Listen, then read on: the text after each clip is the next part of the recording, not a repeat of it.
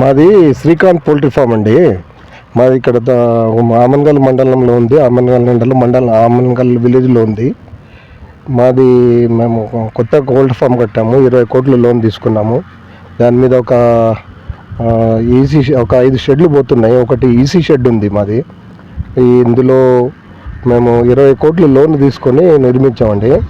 దాంట్లో ఒక 4 కోట్లు పోయినాయి. ఇంకా 15.5-16 కోట్లు లోన్ ఉంది. అట్లాగే ఈ ల్యాండ్లో 13 ఎకరాల ల్యాండ్ పోతుందండి. నాది ఒక్క ఫామ్దే 13 ఎకరాల ల్యాండ్ పోతుంది. ఇందులో నా షెడ్లో ఆనుకొని నాదే ల్యాండ్ ఉంది. ల్యాండ్ 2 ముక్కలు అవుతుంది. మధ్య నుంచి షెడ్ల నుంచి పోతుంటే మేమేం రిక్వెస్ట్ చేస్తున్నాం అంటే ఒక 100 మీటర్లు సైడ్ చేయగలిగితే మా షెడ్లన్నీ పోతాయి. గవర్నమెంట్ కూడా కంపల్సరీ ఇవ్వాల్సిన పని ఉండదు. మాకు కూడా ఈజీ అవుతుంది. ఇక ఈ ఫామ్లో మేము ఒక 100 మంది లేబర్ బతుకుతున్నారు. మేము కూడా బిజినెస్ చేస్తున్నాము. ఇలాంటి సమయంలో ఒక 100 మీటర్లు జరిపైనా సరే, లేదనుకుంటే మా పోల్ట్రీ షెడ్లకు సరి అయిన కంపల్సేషన్ అయినా సరే ఇచ్చిన ఏదో ఒక రకంగా మేము అడ్జస్ట్ చేసుకుందాం అనుకుంటున్నాము. వీళ్ళు కంపల్సేషన్ లేకపోతే నా 16.5 కోట్ల లోను నాకు ఇబ్బందిగా ఉంది.